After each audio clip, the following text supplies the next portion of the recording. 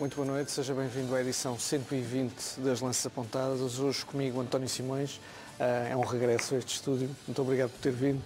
Pedro Ferreira, João Paulo Oliveira Costa, boa noite a ambos.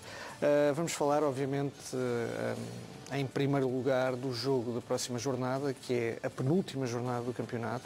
O Sport Lisboa e Benfica desloca-se a Guimarães para um jogo com um grau de dificuldade alto, e gostava de ouvir os convidados sobre o que é que perspectivam para este jogo. António Simões jogou muitas vezes em Guimarães, seguramente. Não é um estádio fácil, não é um ambiente fácil. Os adeptos do Vitória de Guimarães são conhecidos por ser muito pró-clube, como devem ser, mas claro, também, de alguma forma, anti-visitante.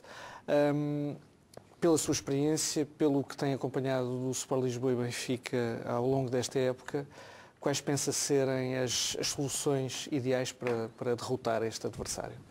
Ora bem, boa noite, cumprimentá-los a todos. Eu já não sei há quanto tempo que estive aqui, mas já estive aqui sensivelmente, mais que um mês. Dizer que efetivamente estamos perante um jogo complicado, sem dúvida.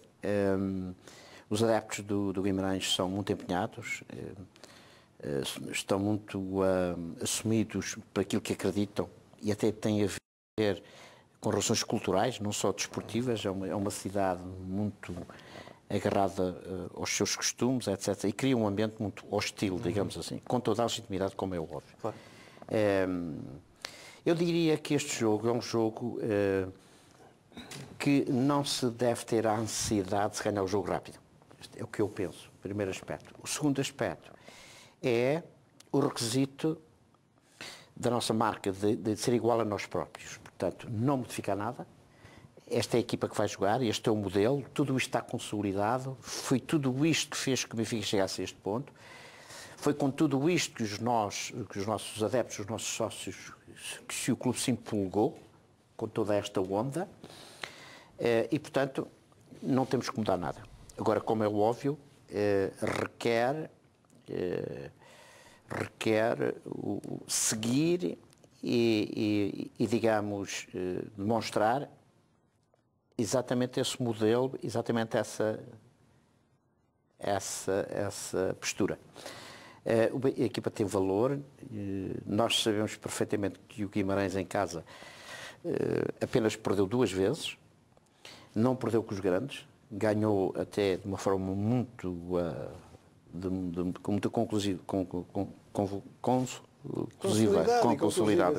consolidada com o Sporting. Portanto, é preciso ter algum cuidado. Eu diria, para terminar, o seguinte: não parece ser um jogo para que o nosso treinador fale muito, até à equipa. Não parece ser um jogo que haja necessidade de muitas mensagens. A mensagem está dada, está consolidada, e os jogadores só têm que, de facto, demonstrar o seu valor. Se isso acontecer, com todo o respeito que temos pelo Guimarães, com certeza, claro, eu acredito que o Benfica possa sair vencedor deste jogo difícil e complicado que é em Guimarães. Quando temos o António Simões em estúdio, queremos fazer aquelas perguntas que, enquanto adeptos, sempre quisemos fazer e não tivemos a oportunidade. Falando do Guimarães, deve ter defrontado o Guimarães inúmeras vezes no seu reduto. Que equipas mais, em que décadas, quais foram as equipas mais difíceis do Guimarães que enfrentou? Olha, eu vou-lhe dizer sempre. Sempre? Sempre.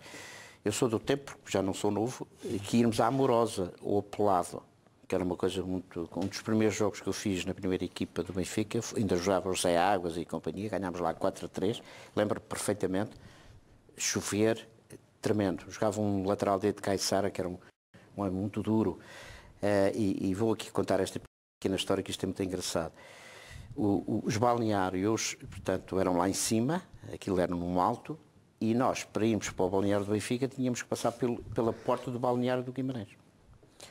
E eu ia com o Mário Coluna, e estava exatamente esse lateral do Caiçara, que era brasileiro, à porta, com as chamadas boas-vindas.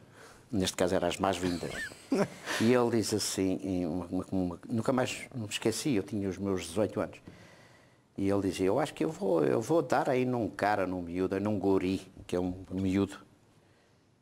e ele era lateral direito e eu ponta esquerda. E eu fui para a cabine e lembro-me do Mário Coluna se sentar ao meu lado e diz assim, miúdo, vais direito a ele, tu é que o vais partir todo.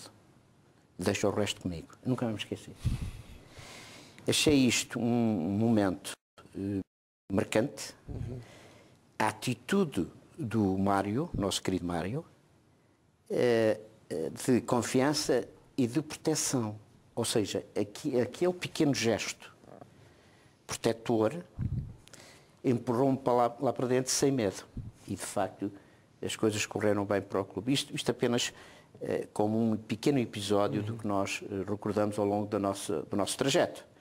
Mas dizer que Guimarães sempre teve grandes jogadores. O Benfica e Guimarães tiveram, nessa altura, umas relações fantásticas.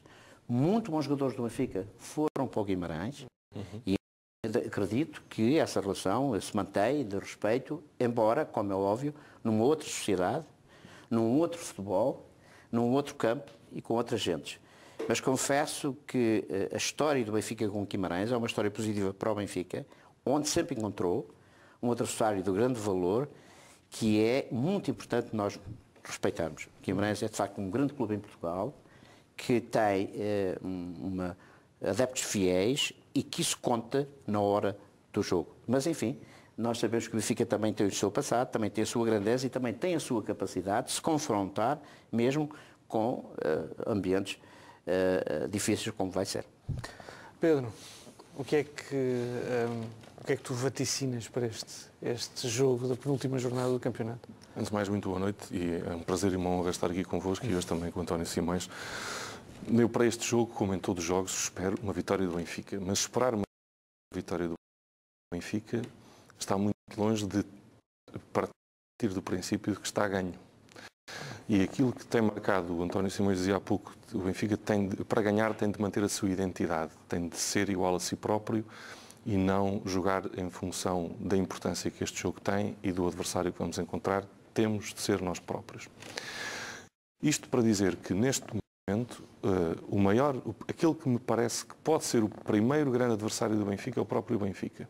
Se não tivermos humildade, se não tivermos capacidade de perceber que há que sofrer e ter capacidade de sofrer, se não percebermos que do outro lado está um adversário super motivado, hiper motivado, aditivado na motivação, ainda hoje vimos algumas notícias de jornais que falam nisso, e de que até agora, e isto é extremamente importante para todos nós Benfica, até agora nós não ganhamos nada. A única coisa que nós ganhamos foi o direito a ter um deslize. Só um. Não quer dizer que vamos utilizar esse direito, mas foi a única coisa que nós ganhamos. E a única coisa que o Porto perdeu foi não ter o direito a ter este deslize. Portanto, não ganhamos mais nada. Não me venham falar de Marquês, não me venham falar de coisas reservadas, felizmente já pararam com essa patetice, não me venham de falar de vitórias antecipadas, porque nunca nos deram nada de véspera. Tivemos sempre a ganhar dentro do campo. Se o Benfica for igual a si próprio, como dizia António Simões, se tiver capacidade de sofrer, pode ser que ganhemos. Mas pode também não chegar para ganhar. E se não chegar para ganhar, toda a gente tem que ter a cabeça suficientemente fria e calma e ponderação e juizinho para saber que a única coisa que nós tínhamos agora era o direito a perder. Esperamos todos ganhar, mas se não ganharmos, usufruímos desse direito e temos depois então a obrigação de ganhar no último jogo. Mas para já é isto. E mais, Guimarães, e para não ir mais longe, não vou ao tempo do Caissara. Aos últimos anos que o Jorge Jesus aqui, o primeiro ano em Guimarães, que eu me lembro, foi um golo aos 89, 90 minutos do Ramires. Fora. E uma equipa maravilha, com Caimar, Saviola, Cardoso, aquela malta toda. E depois temos tido bolas na barra. Bolas na barra e tudo mais. Este mesmo Guimarães tirou-nos uma taça de Portugal e eliminou-nos de outra. Neste mesmo Guimarães começamos a perder um campeonato, aquele famoso jogo que também chovia torrencialmente, em que o Jorge Jesus deixou o Javi Garcia no banco e põe o Matic em campo. E depois perdemos a seguir em Coimbra. Foi com este mesmo Guimarães. Portanto, eu não me habituei nunca a ver o Guimarães facilitar-nos a vida e não me habituei mesmo neste período fabuloso do Benfica de Jorge Jesus a ver o Benfica ganhar em Guimarães com facilidade e não me habituei a ver o Benfica ganhar lá sempre. Acredito, porque o nosso plantel tem homens já com vários anos de Benfica e muitos anos de primeira divisão e muito experientes, que todos eles, isto que eu estou a dizer, de certeza, pela experiência que têm, pelos anos que têm de Benfica, pelos jogos que já fizeram em Guimarães, de certeza, estou a imaginar, sei lá, desde o Maxi ao Luizão, ao Gaetan, todos, isto não lhe sai da cabeça também.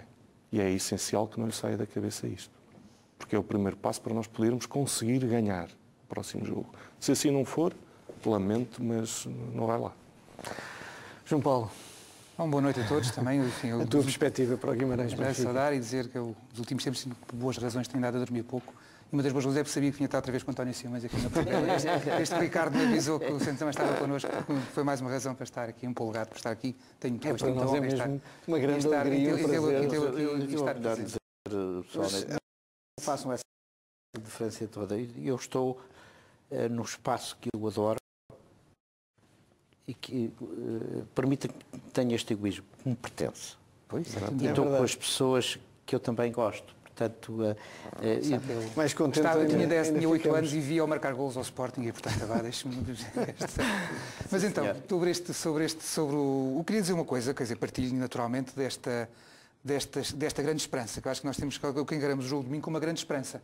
É muito interessante ver nas redes sociais, por exemplo, que apesar de tudo, não tem havido...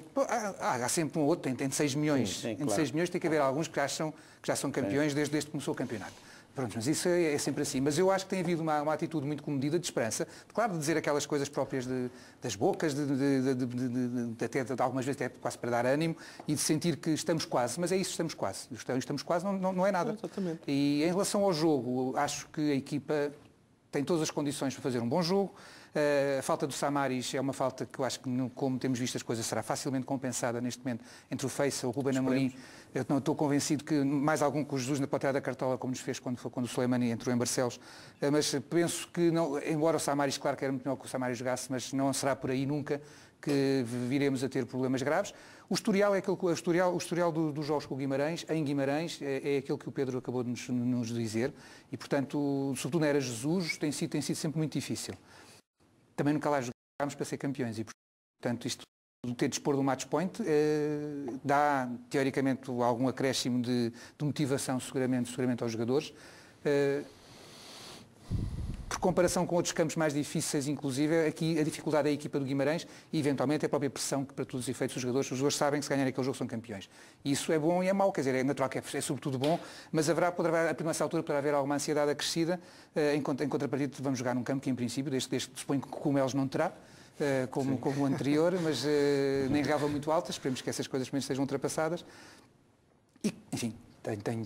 Vou assistir ao jogo com uma grande esperança de poder festejar o campeonato no fim, sabendo que exatamente temos direito a uma oportunidade, temos direito a um deslize e que esse deslize terá que ser depois compensado no jogo seguinte contra o Marítimo aqui na Luz para fechar o campeonato, mas creio que a nossa equipa, por tudo o que já passou... E há uma coisa, eu queria acrescentar uma coisa ainda. Uma das grandes, eu acho que todos nós, tirando uns lunáticos, aprendemos bem a lição de há 2 anos. Porque, por exemplo, há 2 anos, um dos momentos marcantes do prenúncio depois do que aconteceu mal foi a forma como a própria equipa festejou no Funchal quando ganhou o jogo ao Marítimo. Todos nós, incluindo eu, nos consideramos, passado o Marítimo está a ganhar o campeonato. Não houve em nenhum dos momentos, nem em Barcelos, nem agora contra o Penafiel, não houve nem contra o Porto, não houve em nenhum momentos na parte da nossa equipa, que é o fundamental, porque eles é que vão ser campeões, nós vamos com eles, mas eles é que nos dão dar o título, se tudo correr bem. Não houve nenhum jogo, nem contra o Porto, não houve nenhum jogo em que eles comemorassem da maneira efusiva e hoje percebemos excessiva como comemoraram aquele jogo no Funchal. E isso significa exatamente esta... E depois outra coisa que também tem sido muito importante, a equipa tem entrado com uma determinação enorme e tem marcado golos muito depressa. Não quer dizer que vai acontecer assim em Guimarães, evidentemente, mas a maneira como a equipa sistematicamente entra em campo e marca depressa é também um sinal da forma ultra concentrada e muito responsabilizada como entra nos jogos sempre, que é uma das coisas que é uma evolução, no sentido que muitas vezes, eu já disse aqui, não é? As equipas entravam com alguma... O jogo se há de resolver e aqui a equipa tem demonstrado uma determinação em resolver o jogo o mais depressa possível. Espero Como disse a semana passada, espero que se neste jogo os golos não vierem muito depressa, também tenho uma esperança de que a equipa saberá. A equipa tem que jogar com isso, tem que jogar sabendo que é um jogo descartável no limite e, portanto, não é ali que tem que haver nervos a mais e depois no limite também vamos esperar, vamos esquecer que também que o resultado final da atribuição do título também pode passar pelo resultado do Restelo. E também não há nada que garanta que no Restelo o Porto ganhe o jogo tranquilamente. Não há nada que indique nisso. E normalmente os jogos do Porto no Restelo não são muito fáceis para e o Porto não está a jogar bem, vamos assumir, o jogo que o Porto fez contra o Gil Vicente foi um mau jogo, como o jogo que o Porto fez mesmo na Luz foi um jogo à defesa. Portanto, também temos de pensar, não é que isso me interessa, eu quero que o Benfica ganhe em Guimarães. Evidentemente, isso é nisso que eu penso. Mas que o domingo é um domingo com muitas, em que vamos ter várias... Está muita coisa em cima da mesa e há muitas hipóteses e temos que olhar para elas todas também. João Paulo, vou começar por ti, no pior é impossível. Que escolhas é que tens? Olha, eu vou hoje usar para funcionar como inspiração para o António. Vou usar uma referência que foi dada por uma das nossas seguidoras do programa, que é a Catarina Rodrigues, com quem eu comunico várias vezes, e que me chamou a atenção ontem, mandou-me pelo Facebook um excerto de um programa, eu não sei agora, eu tinha os apontamentos no caco, paralhei-me aqui nas mochilas, mas é um programa que passa na SIC Notícias e que o protagonista é o Rui Santos, que ontem que tem uma liga real. Tem uma Liga Real que é diferente da Liga Real que é real mesmo. Imagina uma Liga Real dele, mas que é só dele.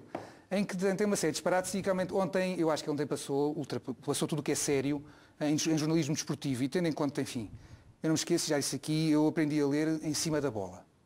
E aprendi a respeitar pessoas como Vítor Santos. E, portanto, faz muita impressão o nome de Vítor Santos poder ser misturado com o que eu vi ontem. E o que eu vi ontem é uma coisa incrível, que é uma pessoa com ar muito sério, como se fosse a pessoa mais séria do mundo, dizer que o Benfica tem 6 pontos a mais do que devia ter e que o Porto tem 4 pontos a menos. E eu vou só dar 2 exemplos do que é a falta de seriedade com que esta questão é abordada. Uma das invocações é o golo do Sporting, portanto o Porto perdeu 2 pontos, porque em Alvalade o golo que o Sporting marca, o Danilo, quando a bola está a entrar, meteu a mão e no penalti não se pode beneficiar, tem que se marcar o penalti e não se dá o golo. Olhando para as imagens da passagem, que o Danilo se calhar pôs a mão já dentro com a bola dentro da baliza, e portanto, como o penalti, como aquilo devia ter sido penalti, o Sporting devia ter falhado o penalti e logo o Porto tem mais 2 pontos. Um raciocínio deste é uma coisa inacreditável.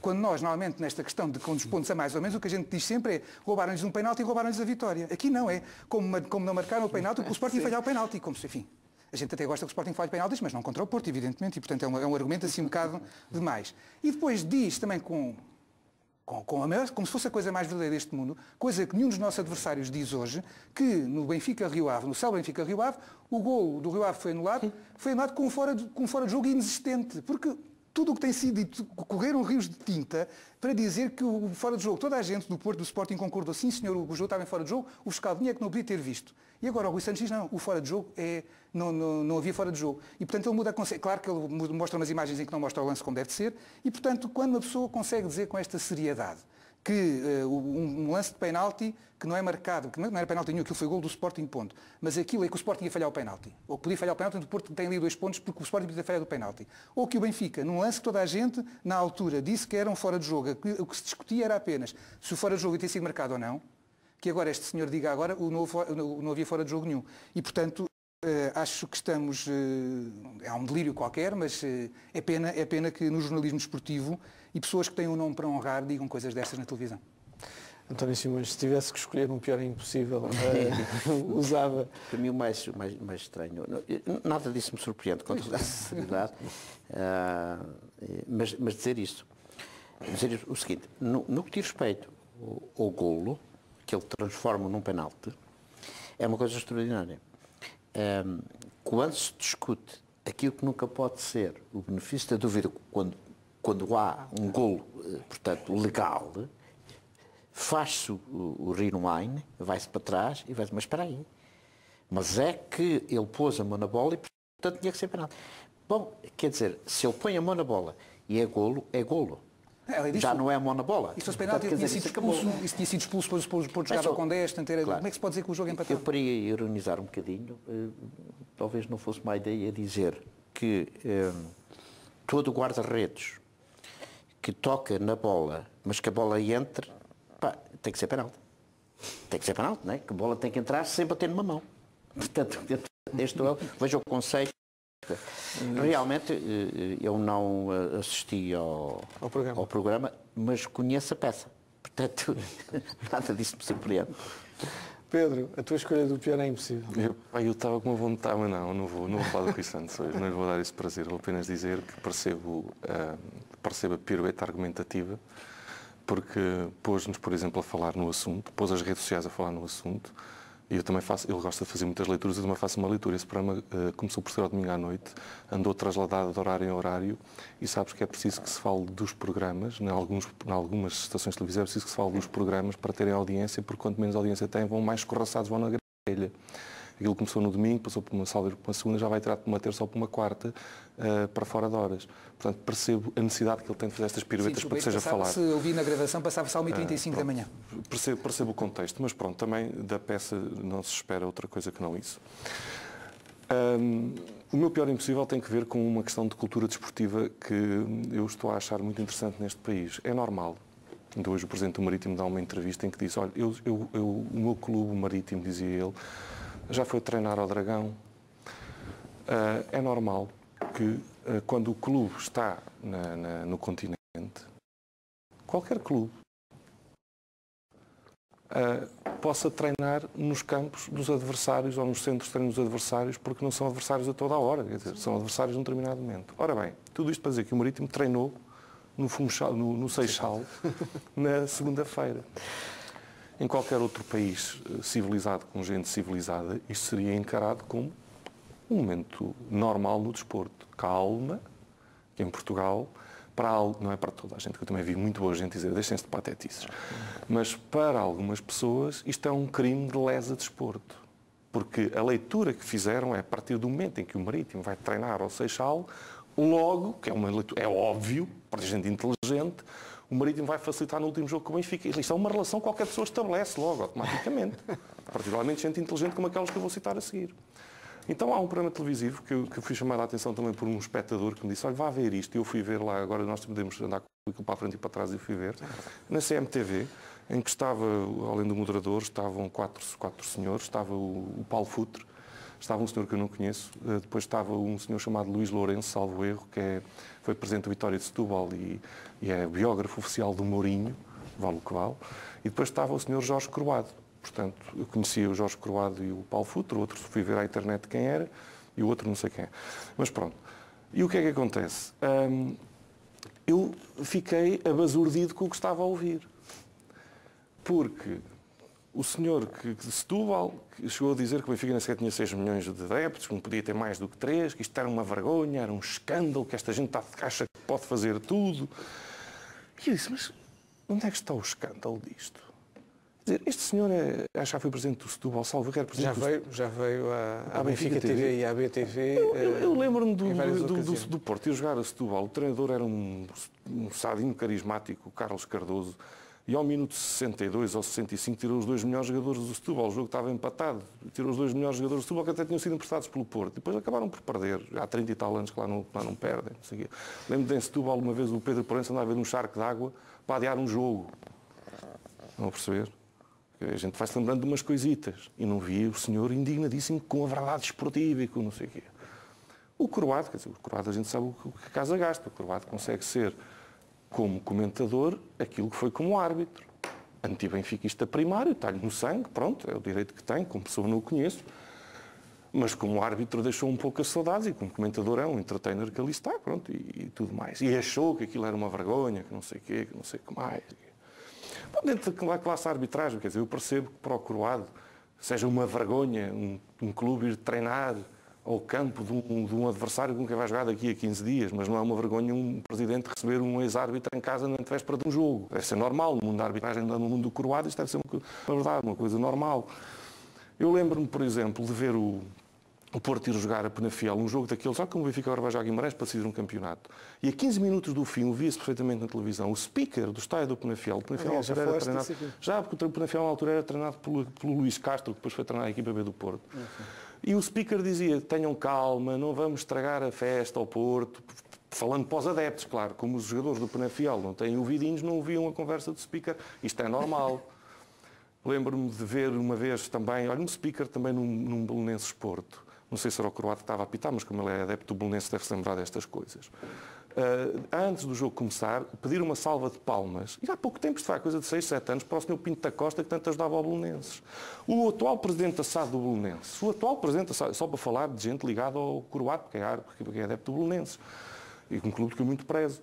O atual presidente da SAD do Belenenses, quem for ao YouTube, eu sei que os do Porto não gostam de ir ao YouTube, mas aquilo existe, encontram lá o atual presidente da SAD do Belenenses numa comunicação, uma comissão de inquérito parlamentar, em que antes de começar a comissão de inquérito parlamentar, na altura ele estava como presidente da PT, ou uma coisa do género, ele está há 5 minutos a dizer que é adepto do Porto. Que o cão era adepto do Porto, que o bisavô era adepto do Porto, que ele antes de nascer já era adepto do Porto, e está 5 minutos nisso, é o atual presidente da SAD do Belenenses. Portanto, na cabeça desta gente, também não podia ser, porque às tantas podia beneficiar o Benfica, por ser adepto do Porto e ser presidente da SAD do Belenenses, se calhar beneficia também o Benfica. Mas o que mais me custou, não foram esses dois, o do outro Setúbal que eu não conhecia, o Coroado já estamos habituados, o que mais me custou foi o Paulo Futre. Já me deu algumas alegrias enquanto português, como jogador na seleção, e já me deu algumas alegrias enquanto jogador aqui no Benfica. E que alegrias, e que alegrias. E custou-me, porque o Paulo Futre, num determinado momento, utiliza um tipo de argumentação que eu nunca utilizei até hoje e vou utilizar pela primeira vez. Há um momento em que ele diz-se por aí, que se for preciso o Marítimo até vai à última jornada facilitar aqui o jogo. Diz-se. E há alguém que lhe pergunta, mas quem diz? Ele diz-se. Pois, Paulo Futre, eu também no mundo do futebol, e eu nunca fui jogador de futebol, mas tenho tantos amigos que foram jogadores de futebol, alguns da geração que jogaram com ele. Se eu viesse para aqui dizer tudo o que se diz, como uma verdade absoluta, do Paulo Futre, eu tinha aqui um programa inteiro. Eu vivi 9 anos em Coimbra e conheci vários jogadores da Académica. Paulo Futre sabe o que é que se diz de um Porto Académico em que ele mergulha 2 metros antes de ir lá para dentro, em que o árbitro pela primeira vez levou 0 no jornal do jogo. Depois o Gomes falhou o penalti e no final do jogo arma-se outro sururu, mais um penalti que o André lá marcou e que acabou por dar o título quase ao Porto. Sabe o que é que se diz? Eu nem quero saber o que se diz dele e do árbitro e do Porto nesse jogo. Sabe o que é que se diz do famoso jogo em Corral de Ney, também em Coimbra, entra para marcar um golo, que atira com a Académica praticamente para a 2ª divisão? E se um dia venho aqui contar o que se diz sobre esse jogo e a ligação que isso tem aos famosos carimbos do caso Ndinga e ao António Oliveira? Se ele quiser, eu também sei o que é que se diz. Sabe o que é que se diz do jogo Passos de Ferreira-Porto apitado pelo Hugo Miguel? Sabe o que é que se diz? Eu nunca vim aqui dizer o que se diz com todas as letras. Mas posso dizer. É que a seguir o Passos de Ferreira utilizou o estádio do Porto para jogar a pré-eliminatória da Champions. E nós não dissemos nunca que isto tinha uma coisa a ver com a outra. Portanto, se for pelo que se diz, eu até posso dizer o que se diz do estado do Paulo Futre numa famosa conferência de imprensa. Mas eu nunca disse, nem nunca vi ninguém com o mínimo de responsabilidade na televisão afirmar perentoriamente que aquilo era um facto com base no que se diz. A não ser naquele programa em particular. E até se diz que equipas em que o Futre jogou venderam jogos. E ele próprio já assinou isso também numa crónica. Vejam lá o que se diz.